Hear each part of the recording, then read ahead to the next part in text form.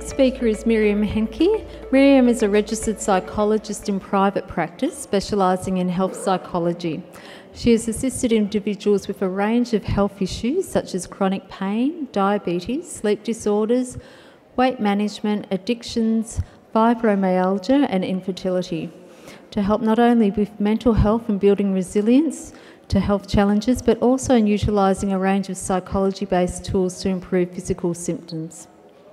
With a keen interest in the mind-body connection, Miriam's research and practical experience has found many useful, evidence-based techniques to improve health outcomes. Miriam is also a qualified life coach, master practitioner and trainer of neuro-linguistic programming, or NLP, a certified hypnotherapist and an advocate of integrative medicine. In her presentation, Miriam will explore the connection between psychology and diabetes, including the common mental challenges that diabetes patients face, how these can change and evolve as diabetes progresses, and tools and strategies to improve coping and quality of life, and an insight into mind-body therapies that can help those with diabetes. Please join me in welcoming Miriam Henke. Thank you.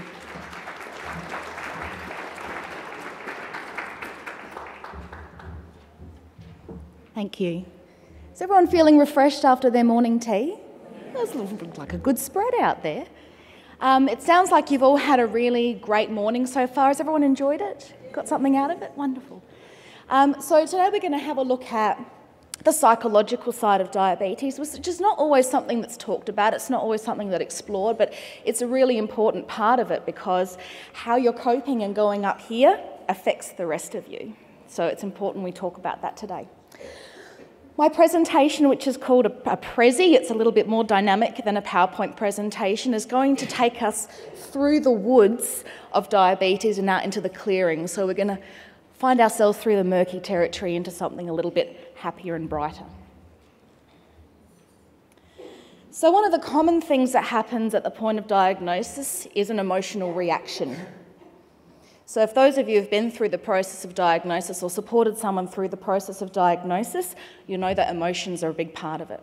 So these are the kinds of emotions people face. Grief. There's a loss. There's a sense of loss of what was, how health was, and how life was. So there's a transition that happens through the grief process. Denial is a common one. We're going to talk about the denial reaction. Anxiety. And there are different things that prompt and cause anxiety. Depression. Depression is actually very common. Shame and guilt, and I'm going to talk about the differentiation between those two and how they can play out. But they're not the only emotions. There can be many emotional reactions to the diabetes process, and that includes sadness and loneliness, feeling isolated, feeling angry, feeling duped. There are many things that can happen.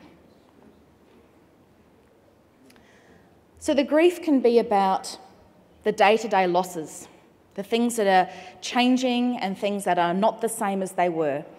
And that can cause a lot of different problems. And that can also happen at the onset of complications. So as the diabetes starts to take hold and things start to progress, you can have other complications that can cause the next stage of a grief reaction. Often accompanied by anxiety and denial, and often later depression can come into the play. So let's talk about denial. It's very common. It's a common reaction to diabetes, and in fact, really any chronic disease diagnosis or anything major that happens that may have or is likely to have a negative impact, there's going to be an aspect of denial for a lot of people. It's a defence mechanism. It's a coping mechanism. And often that's where the patient starts avoiding the care of their diabetes. No, I'm fine. It's not happening. I'm just going to put that in the too hard basket over there. Yep.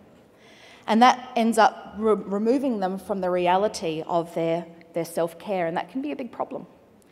So the blocking out of that can create additional complications. And it's interesting because denial can be helpful in a very small percentage of situations because it's a bit like an emotional buffer. You know, there's a lot to take in and a lot to take on board when diabetes is diagnosed, isn't there? There's a lot of things to process and take in.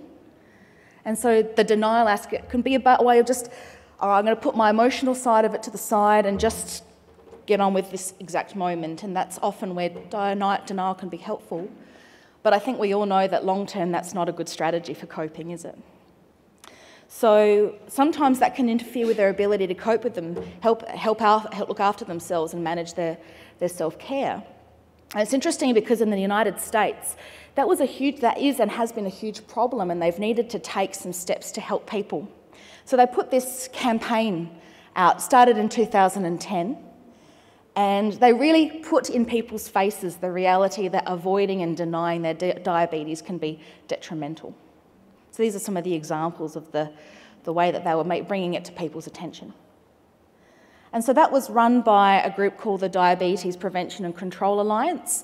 They have a website which is actually quite useful. They've got some useful stuff on it. And they were tackling this community-based initiative to tackle this growing epidemic of diabetes and pre-diabetes.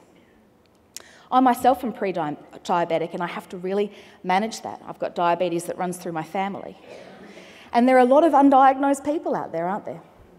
It's an epidemic. People are not aware of the warning signs even before diabetes takes a hold.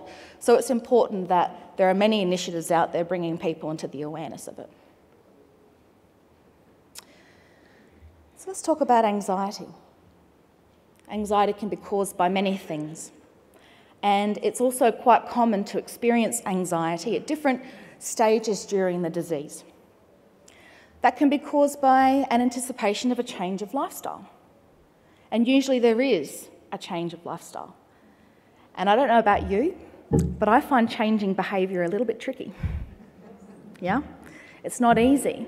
So the process of thinking about what's to come and what's going to happen and almost anticipating it being too hard or not within our resources can cause us to start to feel anxious.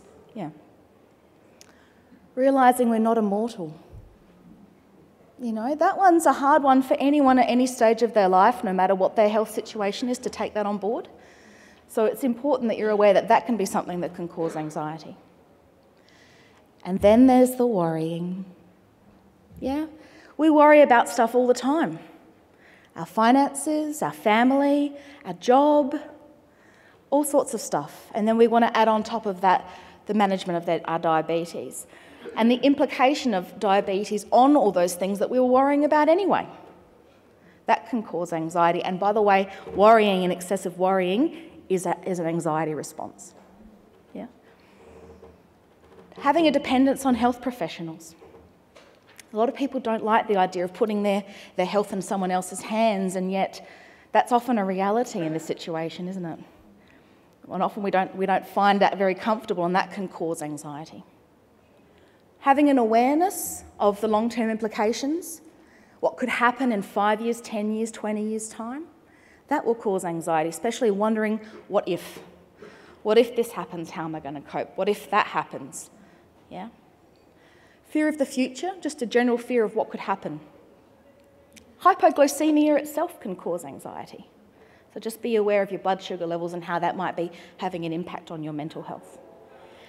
And then there, of course, is pre-existing tendencies towards anxiety, which could be just being one of those worrying type people. I've been a worrier all my life. It's one of those things I often hear.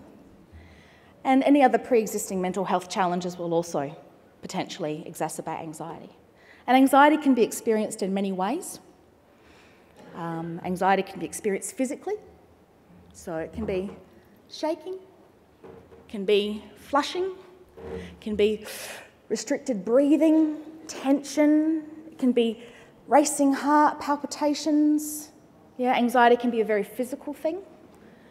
Anxiety can also be a very mental thing. So I talked about worrying. Worrying is an anxiety thing. Rumination, which is where one thing gets stuck in your head and it goes over and over and over and over and over and over. Yeah, that's rumination. And if you're up at night thinking about things, that's a part of anxiety too. Yeah. Plus then there's the behavioural aspect, which is the avoidance. Avoiding things and situations and places that we fear that we can't cope or we don't like the idea of. That avoidance behaviour is also anxiety. So anxiety can play out in lots of different ways, can't it? So just be aware of it. And then there's depression. So as you might be able to, if you can't read what's on the cartoon, the doctor says to the patient, "Are you depressed because you have diabetes, or is diabetes causing your depression?" And the answer is yes. Yeah. It's very common, and it's very debilitating. Anyone who's experienced depression knows it's hard. It makes life very difficult. And so diabetes can actually cause depression in that process of dealing with and coming to terms with this new reality. Sometimes that can happen sooner, or sometimes that can happen years later in the process of the condition. So it can take some time to recognise that. I'm going to talk about some of the warning signs and things that you might pick up in yourself and others that give you an indication of something's not going right for them. And then there's shame and guilt. It's really interesting because when I talk about these emotions with people, they often get them mixed up. A lot of people say they feel guilty, or they say I feel guilty, guilty, guilty, and what they're actually referring to is shame. The shame is what happens when you experience feeling not okay or not enough. If you've got someone with high expectations, or you've had a lot of expectations placed on you over the years, if you don't feel you measure up to that, the emotion that you might feel is shame. If you're not 100% healthy, or for you being a particular way in your physical well-being is something that's important to you and you're less than that, you may feel shame as a response. And then we have guilt, which is something that we experience as a result of doing something bad, or hurting someone, or breaking some of moral or legal code. So if you've ever cheated on your diabetes diet, you may have felt some guilt. Yeah? Or said to yourself this winter, it's too cold for a walk, I'm just going to snuggle up on the couch. So you may have felt some guilt. So those are common emotions that can happen as a response to diabetes at the different stages. And then there's the coping. There's the coping with the pressures of all the extra things you have to do to look after yourself. All those self-care elements that you didn't have to do before, but now you're responsible for. And those things can cause extra stress. So we've got checking your blood sugar levels, taking your meds, maintaining your diet, being aware of the symptoms of stress, and we're going to manage it accordingly, exercising, resisting all those temptations of all those rather nice things out there, monitoring mood and getting help as required. So all those things take effort. And that's on top of everything else you've got to do as part of being a busy, responsible person. So if you're finding any aspect of that self-care a bit too much of a challenge, speak up, talk to your GP. You may like to talk to a health psychologist. Some of you may not know the difference between a psychologist, a clinical psychologist, and a health psychologist. I just want to clarify it for any of you that may be wondering. So many of you may have heard of a clinical psychologist. They're the psychologists that have special training in the various aspects of mental health, particularly the more debilitating mental health conditions. They can work in the health sphere, but health psychologists are more specialised trained in this area of physical health, disease, and the mental health connection. So it's that mind-body connection, much more attuned to that experience. So that's why often a health psychologist or a referral to a health psychologist specifically can be more helpful than a general or a clinical psychologist. Does that make sense? Yeah, beautiful. There's also this great resource. If you're the kind of person a bit like me who likes to go, all right, something's got to happen and I'm going to do what I can for myself first, this is a great resource. There's also heaps of resources out there on the table. There's resources on the internet. You can talk to the staff about any other resources that you might need to help yourself. And if that's something that works for you, that's awesome. So we've been making our way through this murky, dark forest of the mental health challenges that come along with diabetes. And we're heading towards the clearing. We're heading towards a positive finale. There's a few things we need to do before we get there. The first is realise that diabetes is a multi-level challenge. So you are a multi-dimensional human being, and there are many things about you that are important. Your physical aspect, your psychological aspect, your social aspect, and your spiritual aspect. By spiritual, I don't just mean religious, but spirituality means something different for every person, and that's an important part of this as well. And all those things are intimately connected with your mental processes. Your thoughts, what you're saying inside your head to yourself, your emotions, your feelings, your belief system, and your behaviours. So that is such a critical, central component to who you are as a person, so intimately connected. It's important to tune and be aware of what's happening in here. So here are some helpful things. Support. People caring for you. And it's great if it comes from multiple sources. Family and friends, very, very useful, very critical in terms of their caring role for you. They can have a huge impact on your holistic well-being. A good relationship with a GP. Finding a good GP isn't always so easy. But when you've got one, hold on to them. Yeah? If you feel good and supported when you're with them, you feel like they've got your back, that makes a big difference, doesn't it? Yeah. So whether it's your GP that you go to or whoever else it is, your specialist, your naturopath, whoever it is that you go to for support, if you've got a good relationship, that helps. And in reality, if someone isn't coping with their condition, it's important that they get help. Because there are some things that can happen when things go wrong that really is not worth it. It's better to intervene sooner rather than later. So let's talk about what are some of these warning signs and symptoms that something might not be going so well. Here are some things to look out for in yourself and in other people. Any significant change of behaviour or personality. They're just not their usual self, you think to yourself. Yep. Maybe they're having difficulty sleeping. If trouble sleeping is something that you're faced with, it's worth getting some help if you haven't already saw all your avenues, because sleep is such a critical component of health, isn't it? When sleep goes, a lot of other things go along with it. If you automatically jump to negative conclusions all the time, that's a warning sign. If your mind starts skewing to the darker and more negative things, watch out for that. It's not a nice path to go down. Intrusive worrying that comes into your head even when you're trying not to think about things. It just keeps coming back in there and getting you during the day when you're meant to be doing other things at night time when you're sleeping. Be aware of that. Rushing through things without taking the time to make sensible decisions. Throwing caution to the wind and just doing things without thinking. That can be a bit of a warning. Just seeming less happy, more irritable, less tolerant, a bit more of a grumpy bum. Going around not being too happy, yeah. Having difficulty concentrating, difficulty remembering, that can also be a symptom.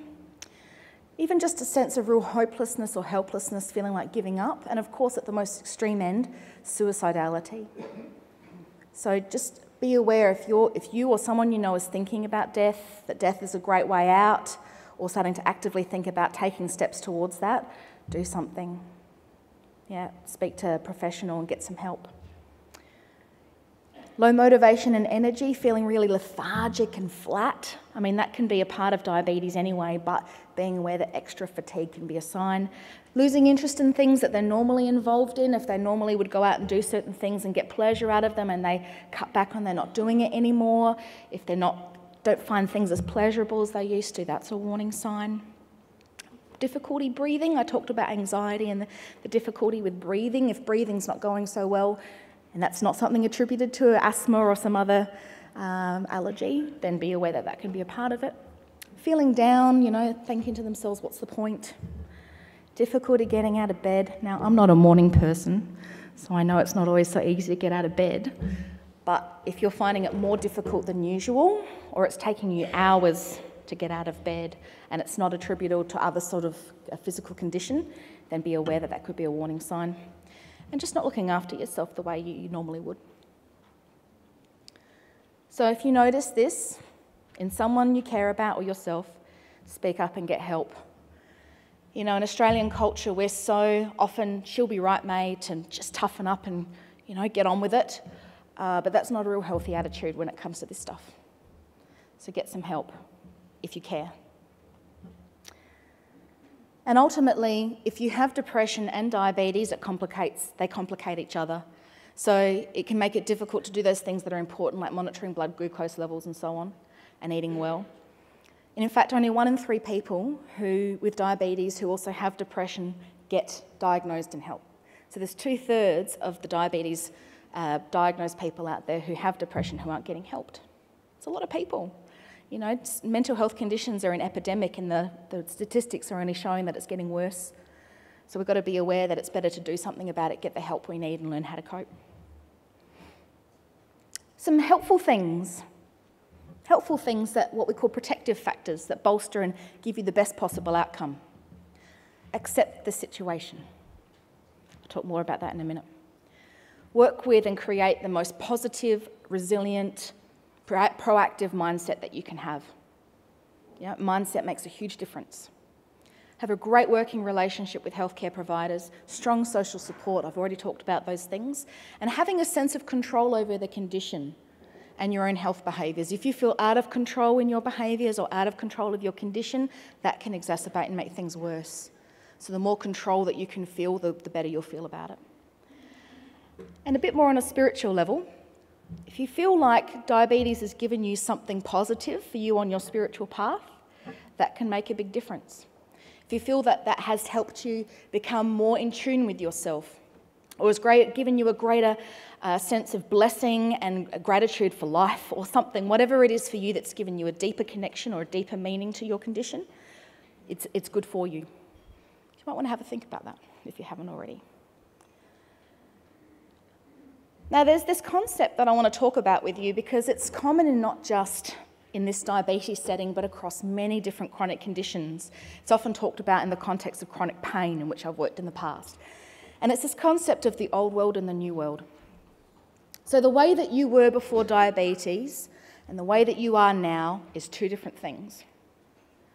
Often what happens is people will measure themselves or judge themselves by how they were before. But that's really unfair on ourselves, and often we get really hard on ourselves as a result. We find ourselves not totally accepting our new reality. So I encourage, if there's any aspect of you still getting caught up in the old world, that you leave that behind and you go, here's my new world. Here's where I am now. This is my situation. I'm going to make the most out of it, and I'm going to live the best valued life that I can. So stop judging yourself by how things used to be aware with where you are now, and use that to move forward. Be kinder on yourself. We're often so hard on ourselves. You know, I encourage you all to be a little bit more compassionate and a little bit kinder to yourself from today, because it makes a difference.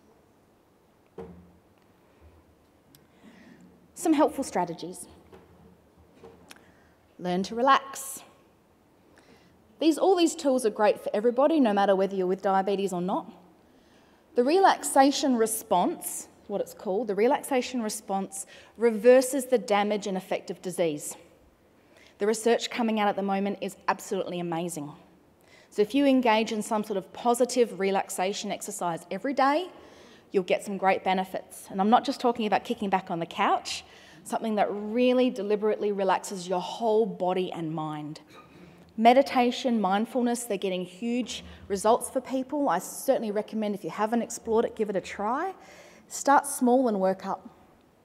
Progressive muscle relaxation is a great tool, which is where you progressively relax different muscles through your body, either tensing and relaxing or just being present with each until you create a really lovely relaxed state in your whole body, which also relaxes your mind. Gentle exercise is great. Some yoga or walking is really good for you. Listening to music. I don't know, I'm a very auditory person. I love music. It has a real effect on me, so I find that that's helpful to get me in a really nice relaxed state. Getting a massage, having a bath, all those nice things that are good for you too. Make things manageable. In the old world, maybe you could get everything done in one day or in one window of time, but maybe not so much now. So you make things as manageable as you can for yourself. Break things down into bite-sized chunks. Do a chunk at a time. Start with something easier, work your way up. And pat yourself on the back. Good job. I got some stuff done. Feel good about what you have done rather than lamenting on what you haven't got done. So it's a strange game we play with ourselves, but it's good if you can give yourself a pat on the back and feel good about yourself. That bolsters your mood. It's good for you. Exercise. We all know that exercise is great for diabetes care, but it's also great for your mood. If it's gentle and that's what you can do, do that. Anything. If you can do something more impacting, higher, get your heart rate up, that's really, really great for managing mood and diabetes. Stay connected. We talked about support with people, but pets. Pets are wonderful ways of feeling connected and loved and supported. There's great research about it out there. So if you haven't got a pet, hug someone else's puppy or cat or something. I've got a friend who's got a bird. She loves her bird. She cuddles with her bird. Whatever it is for you that's special, and eat well. Eat well. Do the things that you need to do for you so that you can feel right. There's a lot of great research coming out now about certain foods and the effect on mood and psychological health. Taking care of your gut health is an important link between mind and body as well. So eating the right foods and perhaps learning more about foods that can help you from a psychological aspect can also be very useful. So I've talked about a lot of things. I've covered a lot of ground in a short period of time. I could go on all day if people let me, but at the end of the day, managing diabetes as well as all the other stresses of life is challenging. It is. We have a lot on our plates, and it's not uncommon and it's not wrong from time to time to feel that that's a bit too much for us. You know, it happens. And we often go through fluctuations in our life, peaks and troughs, of being a bit more stressed or find things more challenging and things easing off and coping a bit better and so on, and that's common. That's the roller coaster of life. So just be aware of where things may be a bit more challenging and how that may be affecting you. So recognise those signs and symptoms in yourself and the people around you. If you're concerned, speak up. Definitely don't ignore them. Nurture your protective factors. Put energy and effort into creating the best mindset possible. Being as positive as possible, yeah, and thinking in a resilient way, which is about being aware of the thing that's affecting your life or the thing that's maybe the thing that you perceive as being negative, that it has some limitation. There's a bit of a box around it. It doesn't affect absolutely everything. Put it into perspective. Yeah. Accept the reality of your new world and work with it, which I encourage you to bring that compassionate and kinder way of approaching yourself as part of that. Engage in helpful strategies that support both good health and diabetes care. Definitely engage in some sort of relaxation every day. Mindfulness and meditation are fantastic. I've done some great research into mindfulness and its benefits for fibromyalgia, and it can be across many different contexts, including diabetes. And if things are getting too much of a challenge, speak up. Talk to your GP. Talk to someone that you love. If someone that you love is not doing so well, say something in a kind way. Are you okay? Can I help? Can I support you in some way? And if you need to get a referral to someone like me, a health psychologist, do it. We're very lovely people. We can help. We've got lots of strategies and tools in our toolbox. So that brings us out of the forest and into the clear. Does anyone have any questions? Yes?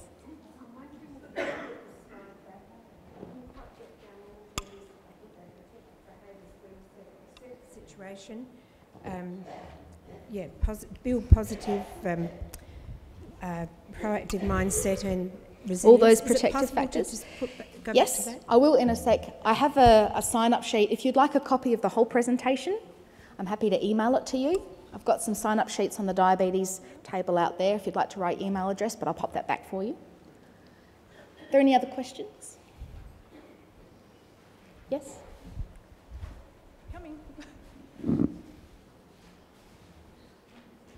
Ooh. Might be a little bit off where you've been talking about, but I heard something the other day that I hadn't heard before, and that was the predisposition to Alzheimer's for diabetic conditions. Is that true, and do you consider that in terms of symptoms of Alzheimer's in relation to declining mental functions? Well, there's absolutely going to be an effect if Alzheimer's, even in the earlier stages, is present. I think we've got more and more research emerging around that, but it's probably a good thing to have a chat to your GP about if you're concerned. There is certainly a link between them, and of course, as soon as Alzheimer's comes on and diabetes is present, then mental health is even more important to be caring for, isn't it? Yeah. So, if you have any other questions, feel free to ask me after specifically about that. Any other questions? No? Thank you. It's been a pleasure to be here. Thank you.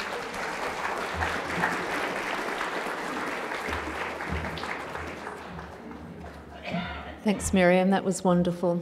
I think we can all go home and be a little bit kinder to ourselves. So, thanks.